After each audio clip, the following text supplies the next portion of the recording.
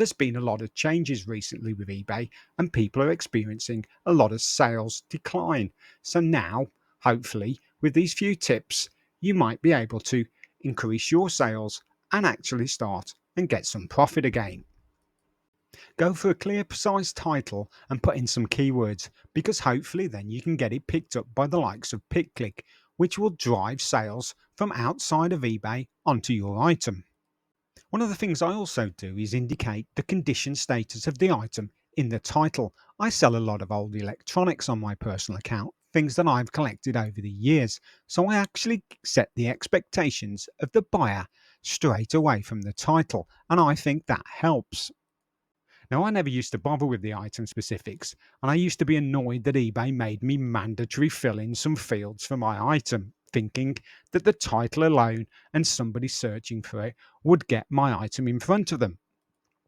Well, that's all changed because now I fill in as many of the item specifics as I can, because I've realized people actually use those drop down boxes when they're searching for items. Something that I thought, with all the things on eBay, it was just magic that people were able to find my item. So I would recommend filling as many as you can. Now, it is obvious, but make sure that you set the condition of the item as accurate as you can.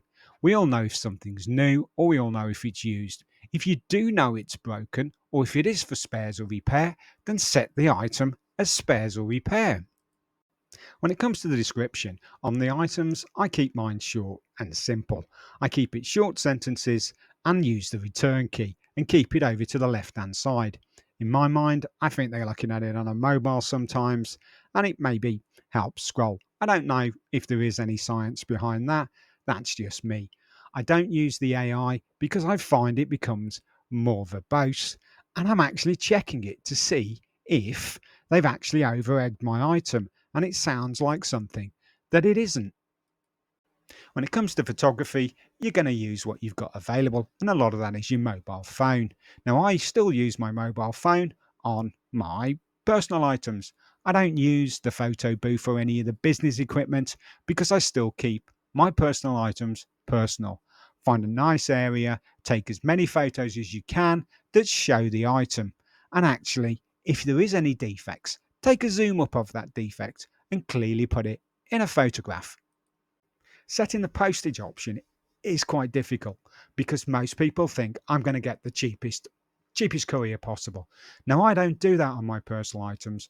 I choose the postage that I think is the best postage for the item I'm selling and not ultra competitive.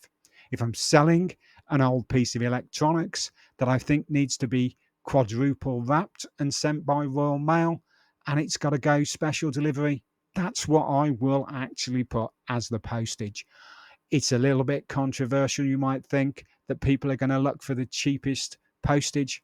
Well, maybe they are if you're selling a plastic doorstop. But when it comes to personal, specialized items, I always set the right postage with the right carrier. Simple delivery is causing me a little bit of a headache on my personal account at the moment, but I will always do what I can as best for the item that I'm selling. Now, pricing an item is difficult, and it's difficult because everyone has different reasons for wanting to sell something on eBay.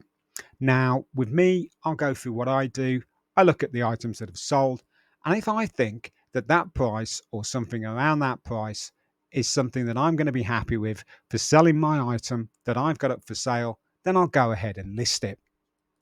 We now have to take into account the competition because other people are going to be selling either that exact same item or a similar item, and that will have a big impact on the price. It will also have an impact on whether you choose to sell it or not, because it might not be at this moment in time worth listing that item. And if it's something that you can store and maybe list again in the future, that's what you need to consider, because sometimes I'll say no, this isn't the right time to list this item. I'm going to hold it for 6 months and see what's going to happen then.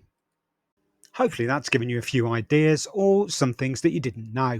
Some of the more experienced eBay sellers will probably do a lot of those things already. So thank you very much for watching. If you would like to leave any constructive comments, that would be very much appreciated.